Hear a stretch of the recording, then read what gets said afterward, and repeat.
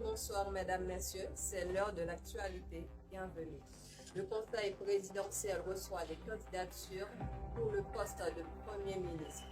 JetBlue Airways de retour en juin en Haïti. Sûreté et la sécurité de nos clients et des membres de notre équipage sont notre priorité absolue. Le centre hospitalo-universitaire de Haut-Fatma de Port-de-Paix ouvert au public. Nous revenons après la pause.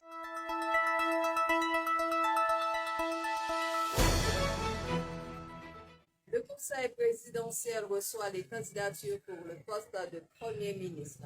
Ouverture le lundi 13 mai 2024 des dépôts de candidature pour le poste de Premier ministre de la transition en Haïti.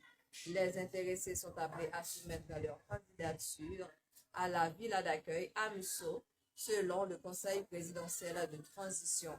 Les candidatures seront reçues du 13 au 17 mai 2024, selon une source de la radiographie. JetBlue Airways de retour en juin en Haïti. Sûreté et la sécurité de nos clients et des membres de notre équipage sont notre priorité absolue.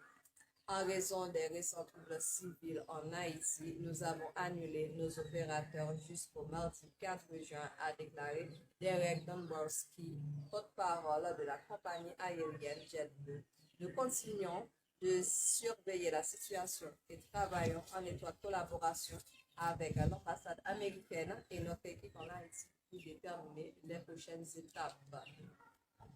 De son côté, le système de réservation d'American Airlines montre que les premiers vols disponibles, sauf changement, destination et en provenance de Port-au-Prince, auront lieu le 1er juin. Le nouvel horaire des deux compagnies aériennes prévoit le retour des services après l'arrivée des troupes de la mission multinationale de soutien à la sécurité dirigée par le Kenya. Plus tôt cette semaine, Spirit Airlines a annoncé la reprise des vols le vendredi 10 mai entre Fort Lauderdale, Hollywood International et Cap-Haïtien. Quant à la compagnie haïtienne Sunrise Airways, elle a repris son service Cap-Haïtien Miami depuis le 27 mars 2024. Le centre hospitalo-universitaire de Haut-Fatma de Port-de-Paix ouvert au public dans un événement marquant pour la santé publique de la région hospitalo-universitaire de Port-de-Paix a officiellement ouvert ses portes ce lundi 13 mai 2024. Cet établissement financé par Taïwan s'érige comme un pilier crucial dans la fourniture des soins de santé de qualité répondant aux besoins d'une population souvent sous-desservie.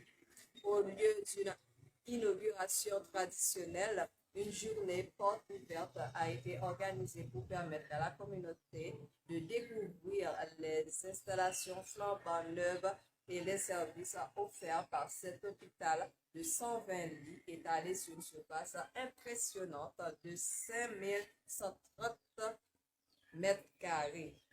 Ce centre hospitalier propose une gamme complète de services allant de la médecine interne à la pédiatrie, en passant par la chirurgie, l'obstétrique, gynécologie et une multitude de spécialités telles que l'ophtalmologie, l'urologie, la dermatologie, l'orthopédie, la clinique dentaire et la radiologie.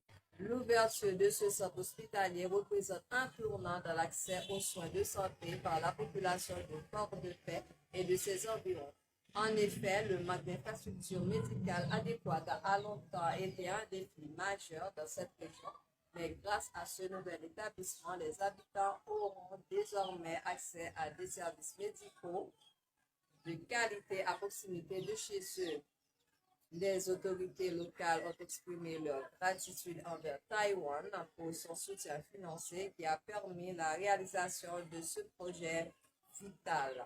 De nombreux bénévoles et membres de la communauté ont également été impliqués dans la concrétisation de cette initiative, témoignant ainsi de l'engagement collectif envers l'amélioration des soins de santé locaux. Selon une source haïtienne de Mille. Merci d'avoir été des nôtres. Christine Haïti est sur la chaîne LGS Media Haïti. Au revoir.